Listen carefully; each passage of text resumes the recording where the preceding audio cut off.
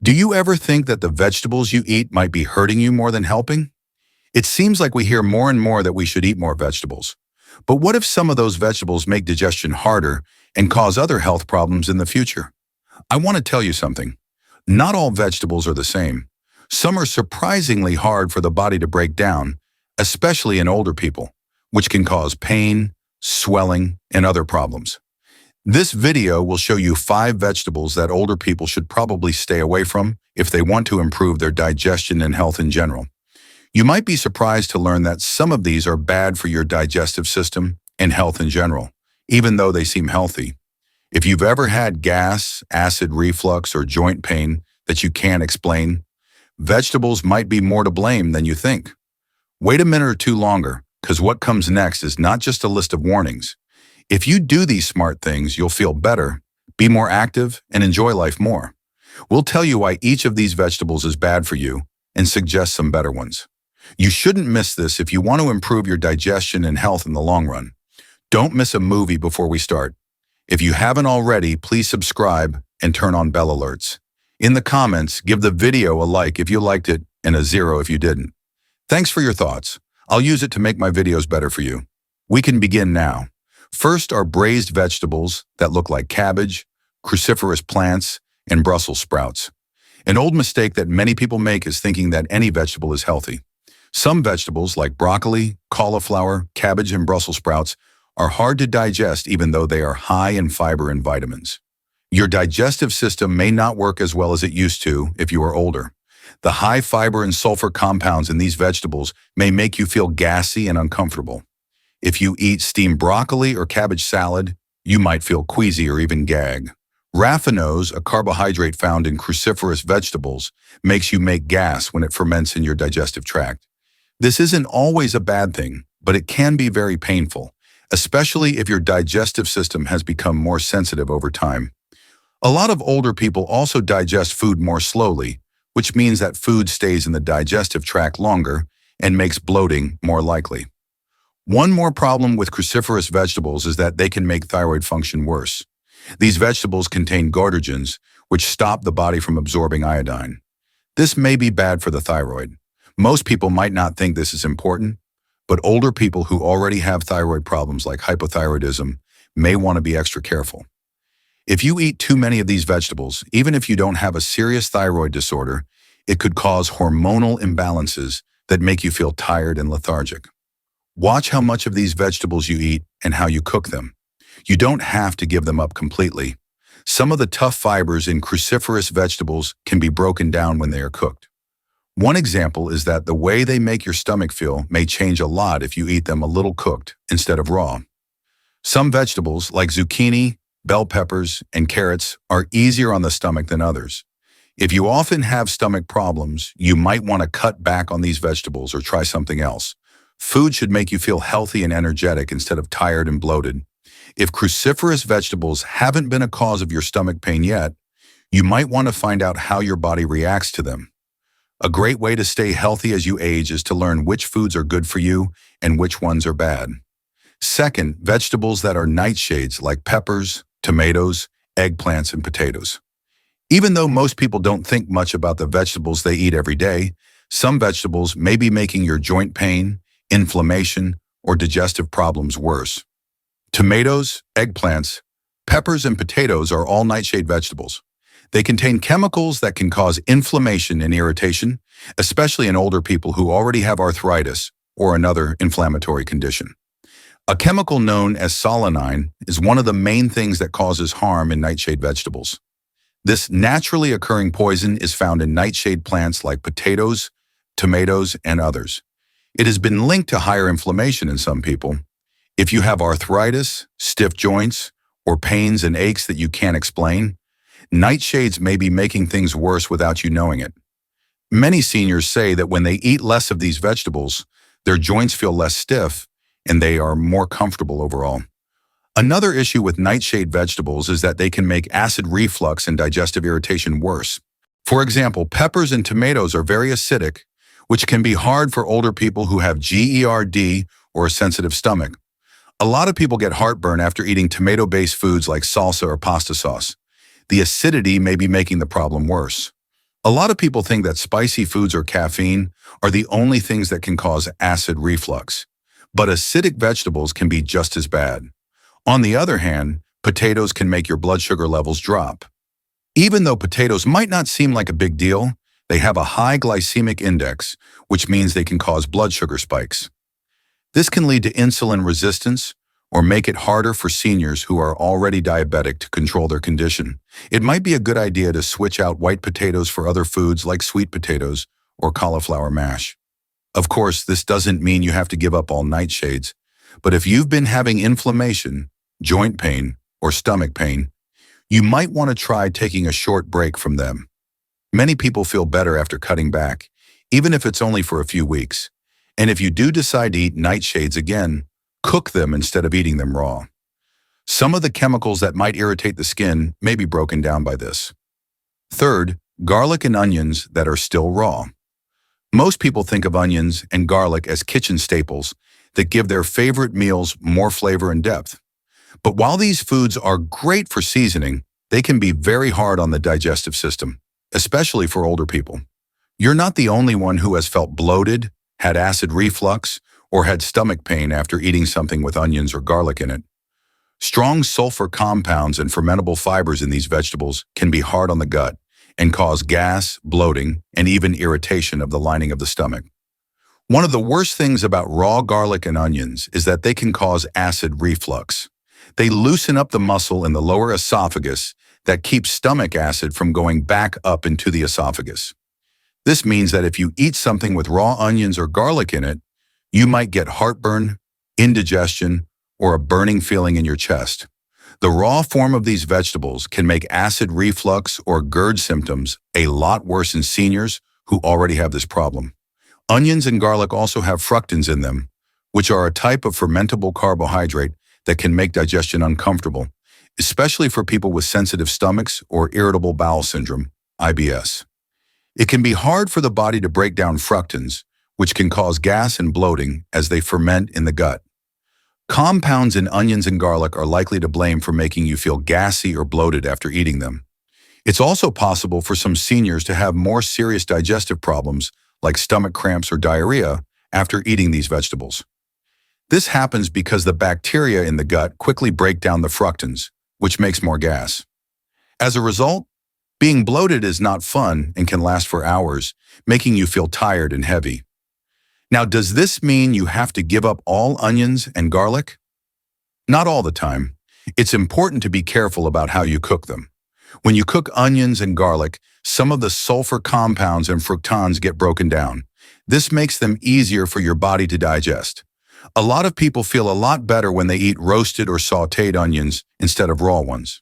In the same way, oils with garlic in them can add flavor without having the same effect on digestion. If you've been having acid reflux, bloating, or stomach pain and haven't thought about onions and garlic as a possible cause, you might want to try cutting back on them or switching to cooked versions. One of the best ways to improve your digestion and health as you get older is to pay attention to how your body responds to different foods. In fourth place are corn and other starches that are hard to digest. Corn is an important part of many diets, and people like it in popcorn, tortillas, and fresh corn on the cob. But what many people don't know is that seniors can have a hard time digesting corn and other starchy vegetables. Corn may look like a safe food, but it has a shell made of cellulose, a type of fiber that our bodies can't fully break down. For a lot of seniors, this means that eating corn can cause gas, bloating, and even incomplete digestion, which makes you feel heavy and sluggish after a meal. If you've ever gone to the bathroom and found pieces of corn in it, that's because your body has trouble digesting it all the way. Unlike some vegetables that are easy to digest, corn mostly stays whole as it goes through the digestive tract. This can be painful, especially for people whose digestive system works more slowly. The high fiber content may be good for some people, but it can be bad for many seniors' digestive systems, especially when they eat a lot of it. Take Nancy as an example. She's 70 years old and has always loved having corn with her meals. But over the years, she started having more stomach pain and bloating, especially after eating popcorn or corn on the cob. She thought it was just part of getting older, but she felt a lot better after cutting back on corn and eating more vegetables that were easier for her body to digest. like cooked carrots and zucchini. Afterwards, her stomach felt lighter, and she didn't feel as slow and heavy as she did before. Because it has a rough texture and sharp kernels that haven't been broken down, popcorn can be even harder to digest. It can irritate the digestive tract, so people with sensitive stomachs or diverticulosis shouldn't eat it. Diverticulosis is a condition that many seniors get as they age, where small pouches form in the colon and can get inflamed or irritated by certain foods. What if you felt bad after eating popcorn? It could be your body's way of telling you that it's having trouble breaking it down. Corn is hard to digest, and it also has a high glycemic index, which means it can make your blood sugar rise. Corn still turns into sugar pretty quickly in the body, though not as quickly as processed sugars or white bread. Seniors who have diabetes or insulin resistance may find it harder to control their blood sugar when they eat corn on a regular basis. If you want the same health benefits, but don't want to hurt your digestion or blood sugar, choose lower glycemic vegetables like bell peppers, cucumbers, or leafy greens. If you like corn, don't eat too much of it. Eating a small amount once in a while won't hurt you too much, but making it a regular part of your diet might not be the best idea for your digestion and overall health. If you want to avoid bloating, pain, and energy crashes, choose cooked vegetables that are easy to digest instead. It can make a big difference in how you feel every day to be aware of how certain starchy vegetables affect your body. The fifth food is spinach and other greens that are high in oxalate. Many people say that spinach is one of the healthiest vegetables because it is full of vitamins, minerals, and antioxidants.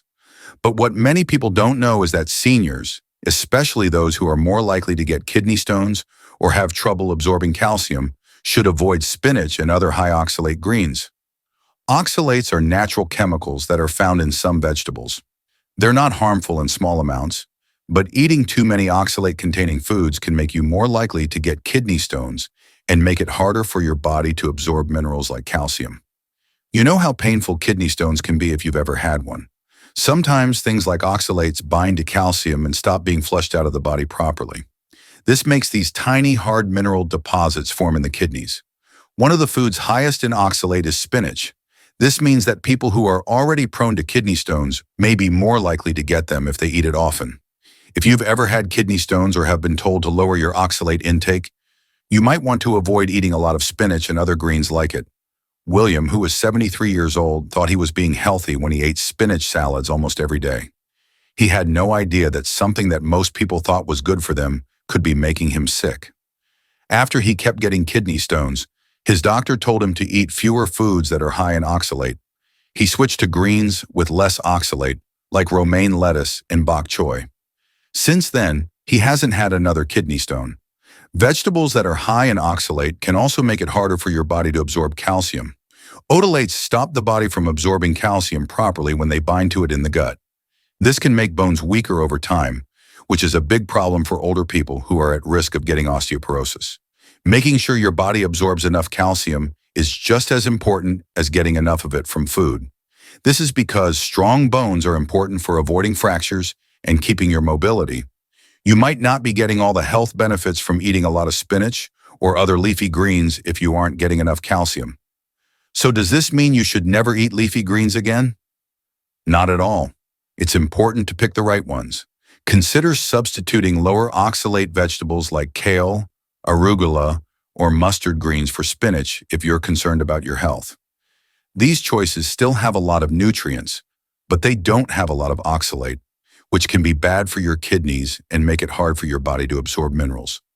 Also, eating foods high in oxalates along with foods high in calcium, like dairy products, can lower the risk of kidney stones by letting the oxalates bind with calcium before they reach the kidneys.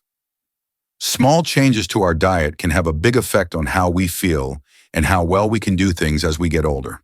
If you have kidney stones, problems with bone density, or stomach pain, paying attention to oxalates could be one of the best things you can do for yourself.